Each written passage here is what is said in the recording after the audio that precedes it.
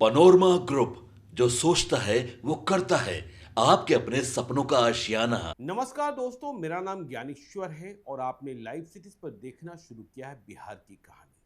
आपको पता ही है कि हमारी डायरी में, जिसे आप ज्ञानेश्वर की लाल डायरी भी कहते हैं, बिहार की कहानियां समय समय पर कलमबंद होती रहती है। तो आज एक ऐसी कहानी आपको हम सुनाने जा रहे हैं जो बिहार की राजनीति की कहानी है।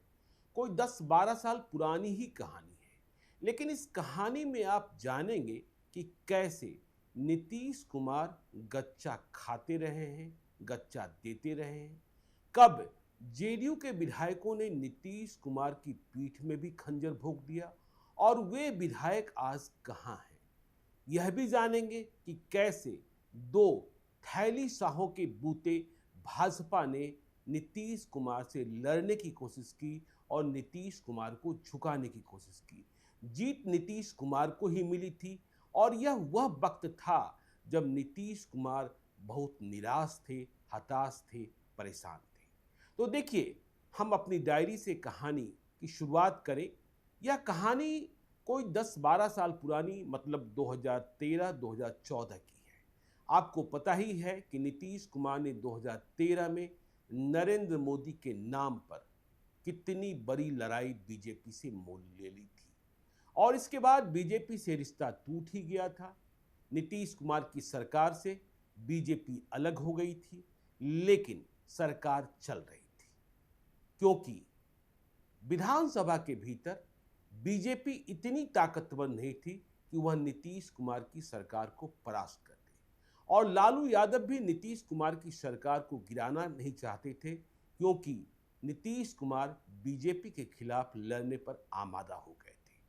तो अगले साल 2013 के बाद 2014 में लोकसभा का चुनाव, और नीतीश कुमार ने फैसला कर लिया कि हम अकेले लड़ेंगे, मतलब भाजपा के साथ नहीं लड़ेंगे। राजद से भी कोई समझौता नहीं हुआ, अन्य वाम दलों से भी कोई समझौता नहीं हुआ। कुछ सीटों पर वाम दलों के साथ नीतीश कुमार की बातचीत हुई, लेकिन नीतीश कुमार ने अपने उम्मीदवार उतारे और नीतीश कुमार बिल्कुल नीचे ही गिर गए। 2014 का लोकसभा चुनाव, जिसके भारी समर्थन से नरेंद्र मोदी देश के प्रधानमंत्री बने, नीतीश कुमार का बिहार में क्या हाल हुआ था आपको पता है। सिर्फ 2 सीटों पर नीतीश कुमार को जीत मिली थी।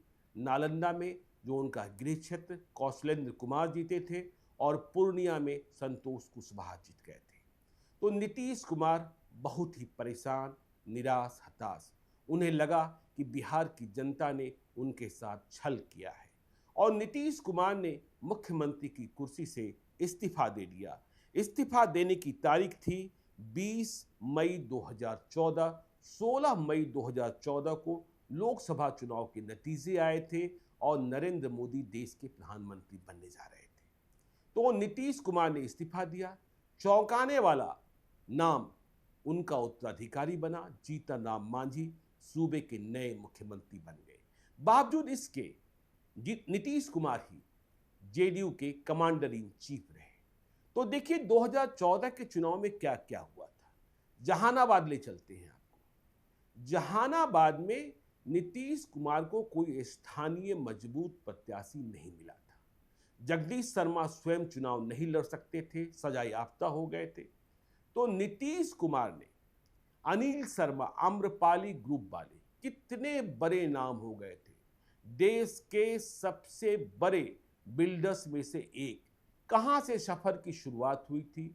पटना के बाढ़ के पंडारक से, और बाद में वह नगर निगम में जूनियर इंजीनियर बने, लेकिन जब दिल्ली पहुंचे तो कहां से कहां पहुंच गए। तो अनिल शर्मा के पास उस समय बेहिसाब दौलत थी और उनके भीतर इस धुन ने जगह बना ली थी कि मुझे अब लोकसभा का सदस्य बनना है। जेडीयू की क्या स्थिति है, यह बात समझ में आ रही थी। बावजूद इसके वे जहानाबाद से, जहां कोई वास्ता नहीं था उनका, वे जेडीयू के प्रत्याशी बन गए। एनडीए के उम्मीदवार बने अरुण कुमार, आरएलएसपी पार्टी से उम्मीदवार बने थे, मतलब उपेंद्र कुशवाहा की पार्टी से, और आरजेडी से सुरेंद्र यादव।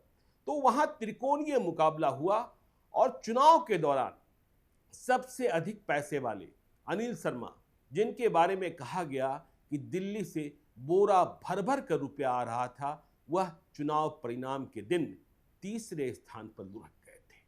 तो नतीजा क्या आया? एनडीए के प्रत्याशी उपेंद्र कुशवाहा के उम्मीदवार डॉक्टर अरुण कुमार 3,22,647 मत लाकर चुनाव जीते थे।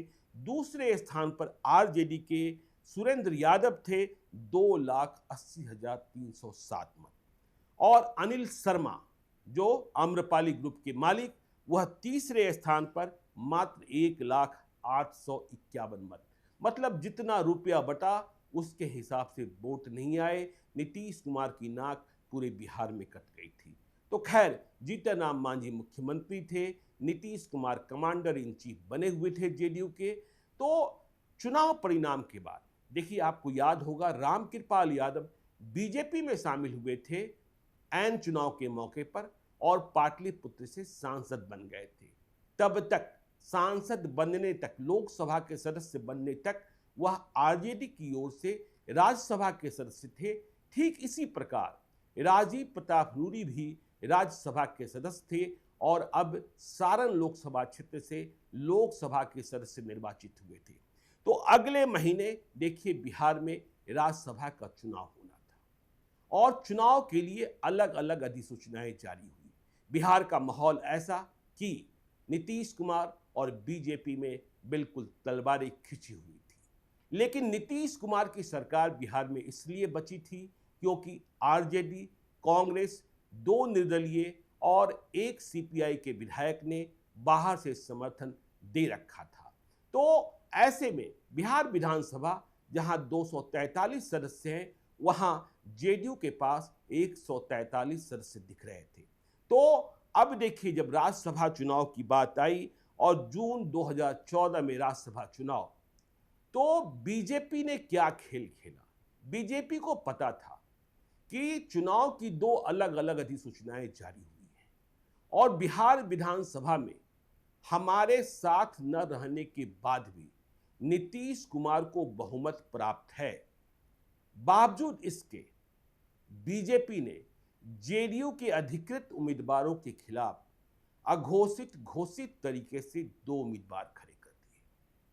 तो जेडीयू के जो 2 उम्मीदवार थे, उनमें पवन कुमार वर्मा, जो कई देशों के राजनयिक रह चुके थे, और दूसरे गुलाम रसूल बलियाबी।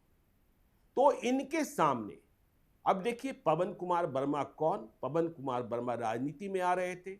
ये वही पवन कुमार वर्मा जो बाद में प्रशांत किशोर को नीतीश कुमार के साथ लेकर आए, और जब प्रशांत किशोर नीतीश कुमार से अलग हुए तो आज भी पवन कुमार वर्मा की हमदर्दी प्रशांत किशोर के साथ है और वह जनसुराज पार्टी के राष्ट्रीय प्रवक्ता बने हैं। तो पवन कुमार वर्मा जेडीयू के अधिकृत प्रत्याशी बने, गुलाम रसूल बलियाबी बने। लेकिन जो लोकसभा चुनाव में 1 महीने पहले ही जेडीयू के उम्मीदवार के तौर पर जहानाबाद से हारे थे अनिल कुमार शर्मा, उनमें सांसद बनने की जिद इतनी थी कि वह बीजेपी की जाल में फंस गए। बीजेपी ने पवन कुमार वर्मा और गुलाम रसूल बलियाबी के सामने जिन 2 उम्मीदवारों को अघोषित और घोषित तरीके से खड़ा किया, उनमें अनिल शर्मा और दूसरे साबिर अली थे। साबिर अली के पास भी माल जाल की कोई समस्या नहीं। बीजेपी जानती थी कि सीधी लड़ाई में हम नीतीश कुमार के उम्मीदवारों को, पवन कुमार वर्मा को और गुलाम रसूल बलियाबी को नहीं हरा पाएंगे। लेकिन यदि हमने क्रॉस वोटिंग करा दी तो दोनों जेडीयू के उम्मीदवार हार सकते हैं। और जेडीयू के भीतर माहौल कुछ ऐसा था, नीतीश कुमार लोकसभा चुनाव हार चुके थे, मतलब उनकी पार्टी हार गई थी, कि विद्रोह की लपटें दिखाई पड़ रही थी। तो इसे ही भुनाने का प्रयास किया बीजेपी ने। और अनिल शर्मा, साबिर अली, दोनों पटना में कहां कहां क्या खुल रहा था मुझे कुछ बताना नहीं है। आप समझते ही हैं कि राज्यसभा के चुनाव में क्या क्या खेल चलता है। कमी तो कुछ थी नहीं, स्वयं भी सक्षम थे अनिल शर्मा और साबिर अली। साथ में बीजेपी को, नीतीश कुमार को झटका देना था और नरेंद्र मोदी देश के प्रधानमंत्री बन चुके थे। तो नीतीश कुमार ने भी तैयारी कर रखी थी। चुनाव हुए और चुनाव परिणाम आए 19 जून 2014 को। तो देखिए, अधिकृत जेडीयू के दोनों प्रत्याशी पवन कुमार वर्मा और गुलाम रसूल बलियाबी चुनाव तो जीत गए थे, लेकिन खेला हो गया था। नीतीश कुमार की पीठ में खंजर भोंक दिया था अपनों ने ही। यह खंजर कैसे भोंका गया? हमने आपको पहले बताया कि नीतीश कुमार को उम्मीद थी, क्योंकि आरजेडी का कोई उम्मीदवार था नहीं। आरजेडी नीतीश कुमार की सरकार, मतलब जीतन राम मांझी की सरकार को बचाने में लगी थी। तो 143 मत मिलने चाहिए थे पवन कुमार वर्मा को और गुलाम रसूल बलियाबी को, लेकिन पवन वर्मा को मात्र 122 मत मिले और उन्होंने हरा तो दिया अनिल शर्मा को, जिन्हें मात्र 108 मत मिले थे। तो फिर कैसे अधिक मत मिल गए? ये 8 मत 100 ही आने चाहिए थे। यदि 143 नीतीश कुमार के पास थे तो 100 ही होने चाहिए थे अनिल शर्मा के पास, उन्हें 108 आ गए। यह स्थिति तब थी जब उस समय के विधायक प्रभुनाथ सिंह के भाई केदार सिंह वोट देने को नहीं आए थे, क्योंकि वह फरार चल रहे थे। तो इसका मतलब 9 लोगों ने कम से कम क्रॉस वोटिंग तो की थी, नीतीश कुमार को धोखा तो दिया था। ठीक इसी प्रकार से गुलाम रसूल बलियाबी को 123 मत मिल गए थे, पवन वर्मा को 122 और गुलाम रसूल बलियाबी को 123। गुलाम रसूल बलियाबी भी जीते और गुलाम रसूल बलियाबी के खिलाफ लड़ने वाले भाजपा के घोषित उम्मीदवार साबिर अली को 107 मत मिले थे। तो अब इसकी खोजबीन शुरू हुई। देखिए, बिहार विधानसभा में जेडीयू समर्थित उम्मीदवारों के पक्ष में किस पार्टी के कितने विधायक थे, यह भी जान लीजिए। तो जेडीयू के 116 तो अपने विधायक थे जो 2010 में जीते थे, आरजेडी के 20 विधायक थे, कांग्रेस के 4 विधायक थे, 2 निर्दलीय थे और सीपीआई के 1 थे। तो खोज खबर नीतीश कुमार ने लेनी शुरू की और आपको जानकर आश्चर्य होगा कि जो विद्रोह था, जो क्रॉस वोटिंग थी, वह बहुत लुका छिपी के साथ नहीं था। जो रिबेल एमएलए थे जेडीयू के, उन्हें खुले तौर पर जेडीयू के ही विधायक, जो अब बीजेपी के विधायक हैं, भारतीय जनता पार्टी के विधायक हैं, नीतीश कुमार के कभी बहुत करीबी रहे हैं, आज भी करीबी हैं, बाढ़ के एमएलए ज्ञानेंद्र सिंह ज्ञानू लीड कर रहे थे। ज्ञानेंद्र सिंह ज्ञानू पहली बार कैसे विधायक बने, यह किस्सा भी मुझे याद है। दरअसल लवली आनंद ने बाढ़ से चुनाव लड़ने से मना कर दिया था और जब बाढ़ से चुनाव लड़ने से लवली आनंद ने मना किया तो नीतीश कुमार के पास अपने पुराने सहयोगी ज्ञानेंद्र सिंह ज्ञानू के अलावा कोई दूसरा नाम नहीं था। ज्ञानेंद्र सिंह ज्ञानू तब इस बात को समझ नहीं पा रहे थे कि वह जनता का चुनाव जीत लेंगे। वह पहले से विधान परिषद या राज्यसभा जाना चाहते थे, लेकिन मजबूरी में चुनाव लड़ना पड़ा और वह चुनाव जीते भी, जेडीयू के टिकट पर चुनाव जीते थे। तो 2014 में वह भाजपा के साथ मिलकर, बाद में भाजपा में चले ही गए, आज की तारीख में भाजपा के ही विधायक हैं। तो ज्ञानेंद्र सिंह ज्ञानू लीड कर रहे थे और उनका कहना था कि देखिए, अनिल शर्मा और साबिर अली जो भाजपा के घोषित उम्मीदवार, उनके पक्ष में कई विधायकों ने संख्या भी बताई थी कि इतने विधायक जो हैं उन्होंने वोट दिया। तो ज्ञानेंद्र सिंह ज्ञानू का दावा था कि देखिए, बिहार सरकार के जो मंत्री हैं शाहिद अली खान, उन्होंने भी अनिल शर्मा को वोट दे दिया था, लेकिन इस बात की पुष्टि नहीं हो पाई थी। शाहिद अली खान अब हमारे बीच रहे नहीं। ज्ञानेंद्र सिंह ज्ञानू ने यह भी दावा किया कि कुल 22 विधायकों ने क्रॉस वोटिंग की। तो जीत के बाद भी, राज्यसभा चुनाव में जीत के बाद भी परेशान नीतीश कुमार ने उन विधायकों की खोज खबर लेनी शुरू की जिन्होंने क्रॉस वोटिंग की, क्योंकि आरजेडी की ओर से क्या हुआ क्या नहीं हुआ इसकी समझ बहुत नहीं, लेकिन अपने विधायकों के भीतर तलाश तो की जानी थी। तो मालूम यह हुआ कुल 8 विधायकों की पहचान हुई। तब बिहार विधानसभा के अध्यक्ष हुआ करते थे उदय नारायण चौधरी, जो इमामगंज से चुनाव जीतते आ रहे थे, अब आरजेडी में है और लालू यादव के बहुत करीबी, तब नीतीश कुमार के बहुत करीबी थे, इसलिए ही बिहार विधानसभा के अध्यक्ष बने हुए थे।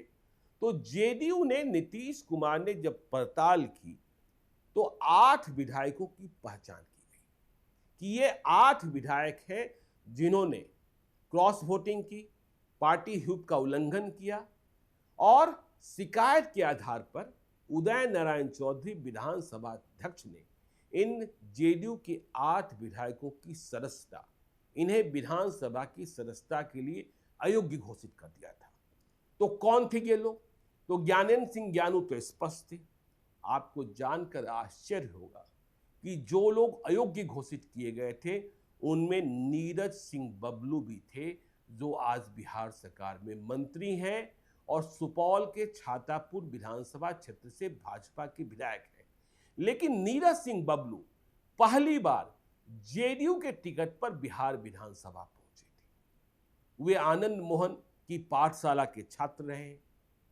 तो नीरज सिंह बबलू को भी अयोग्य घोषित किया गया और 2015 के चुनाव में नीरज सिंह बबलू को बीजेपी ने एक्सेप्ट कर ही लिया, ज्ञानेंद्र सिंह ज्ञानू को भी एक्सेप्ट कर लिया। तीसरे विधायक थे वैशाली के महुआ के रविंदर राय। अब तो कहीं पता ही नहीं चलता कि वे आज के चुनावी परिदृश्य में कहां हैं। तो रविंदर राय जेडीयू के एमएलए, इन पर भी आरोप लगा कि क्रॉस वोटिंग की। राहुल शर्मा जहानाबाद के घोसी के जगदीश शर्मा के बेटे। देखिए, जब लोकसभा चुनाव चल रहा था, अनिल शर्मा जेडीयू के प्रत्याशी थे, तभी जगदीश शर्मा और अनिल शर्मा में संबंध बना था। लेकिन नीतीश कुमार को यह पता शायद न रहा हो, लेकिन पता रहा हो भी तो शायद रोक न पाए हो। राहुल शर्मा पर भी यह आरोप लगा कि उन्होंने पार्टी लाइन के इतर जाकर क्रॉस वोटिंग की और अनिल शर्मा को वोट दिया। तो उन्हें भी विधानसभा अध्यक्ष ने विधानसभा की सदस्यता के लिए अयोग्य घोषित कर दिया था। अजीत कुमार मुजफ्फरपुर के कांटी से जीते हुए जेडीयू के विधायक, मंत्री भी बनाए गए थे। इन्होंने भी क्रॉस वोटिंग की थी, ऐसा आरोप लगा। इसके बाद अजीत कुमार देख ही रहे हैं कि अब तक उन्हें कोई ठोस सफलता नहीं मिल पा रही है, लगातार प्रयास कर रहे हैं। राजू सिंह साहेबगंज, जो अभी बिहार सरकार में मंत्री हैं, आपको जानना चाहिए कि राजू सिंह भी पहली बार नीतीश कुमार की पार्टी जेडीयू के टिकट पर ही साहेबगंज से चुनाव जीते थे। लेकिन राज्यसभा के चुनाव में इन पर भी दगा करने का आरोप लगा था। 2015 में इनका क्या हुआ आपको पता है। 2020 में यह विकासशील इंसान पार्टी के विधायक चुने गए एनडीए फोल्ड से ही, और बाद में आपको यह भी जानकारी है कि राजू सिंह इधर से उधर, मतलब विकासशील इंसान पार्टी से भाजपा में चले गए और उनके साथ जीते हुए 3 विधायक, एक का निधन हो गया था, कुल 4 विधायक जीते थे, सभी के सभी भाजपा में शामिल हो गए। तो राजू सिंह भी जेडीयू के विधायक थे और उन पर आरोप था। आगे कौन? पूनम देवी। देखिए, 2010 के विधानसभा चुनाव में जेडीयू ने पटना शहरी क्षेत्र का दिग्गा विधानसभा क्षेत्र एनडीए में विशेष तौर पर लिया था। मसौरी की रहने वाली पूनम देवी, कभी इनके परिवार का इतिहास भूमि सेना से भी जोड़ा जाता था। तो पूनम देवी भी क्रॉस वोटिंग कर दी, यह जानकर नीतीश कुमार को बहुत सदमा लगा था। अब पूनम देवी कहां हैं कोई ठीक से जानता भी नहीं। कुछ दिनों पहले हमने खबर सुनी थी कि वह कांग्रेस में शामिल हुई हैं। और सुरेश चंचल 8वें विधायक, जो मुजफ्फरपुर के सकरा के, यह भी कहां हैं नहीं मालूम। तो जब इन 8 सदस्यों को अयोग्य घोषित किया गया तो इनमें से 4 लोग अयोग्यता के खिलाफ, देखिए, जो लोग क्रॉस वोटिंग किए थे उनका यह कहना था कि हां, हमने क्रॉस वोटिंग की है। क्यों क्रॉस वोटिंग की है? क्योंकि इनका मानना था कि नीतीश कुमार 2010 में बीजेपी के साथ रहते हुए चुनाव जीते और फिर बीच में इन्होंने बीजेपी का साथ छोड़ दिया और आरजेडी और कांग्रेस के परोक्ष मतलब बाहरी समर्थन से सरकार चलाते रहे, मतलब जीतन राम मांझी की सरकार। तो हाईकोर्ट पहुंचे। पटना हाईकोर्ट ने सुनवाई के बाद, लंबी सुनवाई चली, जो कोर्ट सबसे पहले पहुंचने वाले विधायक थे वे थे ज्ञानेंद्र सिंह ज्ञानू, राहुल शर्मा, रविंदर राय और नीरज कुमार बबलू। तो इन चारों की सदस्यता पटना हाईकोर्ट के सिंगल बेंच ने बहाल कर दी थी, मतलब बिहार विधानसभा के अध्यक्ष के आदेश को निरस्त कर दिया था। तो इनकी सदस्यता बहाल हो गई, लेकिन संबंध बहुत नहीं सुधरे और संबंध नहीं सुधरे तो आपको पता है राहुल शर्मा को महागठबंधन में घोसी विधानसभा क्षेत्र से हमसे चुनाव लड़ना पड़ा था। ज्ञानेंद्र सिंह ज्ञानू बीजेपी में ही चले गए थे, नीरज सिंह बबलू बीजेपी में ही चले गए थे। तो और राजू सिंह के बारे में हमने बता ही दिया। जब 4 विधायकों की सदस्यता बहाल हो गई तो बाकी 4 भी हाईकोर्ट पहुंचे। तब भी श्रवण कुमार, जो जेडीयू में शक्तिशाली हैं, संसदीय मामलों के जानकार हैं, मंत्री भी रहते हैं, उन्होंने कहा था कि पटना हाईकोर्ट के सिंगल बेंच के खिलाफ डबल बेंच में चुनौती दी जाएगी। खैर, तो आगे 2015, फिर 2017, फिर आपने देखा ही किस तरीके से 2020 में फिर से एनडीए में नीतीश कुमार माइनस चिराग पासवान और आज भी। तो यह कहानी, बिहार की कहानी हमने सुनाई और आप समझ पाए होंगे कि राजनीति में क्या क्या चलता रहता है, कौन कब दुश्मन बन जाता है, कौन कब दोस्त बन जाता है और कब थैली क्या क्या खेला करता है, लेकिन बोरे से क्या परिणाम बदल जाता है, यह भी आज की कहानी में आपको समझ आई होगी। तो बिहार की ऐसी कहानियां लेकर हम आपके पास आगे भी जब मौका मिलेगा आते रहेंगे। तो आप देखते रहिए लाइव सिटीज को। यदि अब तक आपने हमारे यूट्यूब चैनल लाइव सिटी को सब्सक्राइब नहीं किया है तो जरूर कर लीजिएगा, और यदि इस वीडियो को आप फेसबुक पेज के माध्यम से देख रहे हैं तो पेज को लाइक कीजिएगा, हैंडल एक्स पर भी हमें फॉलो कीजिए। धन्यवाद।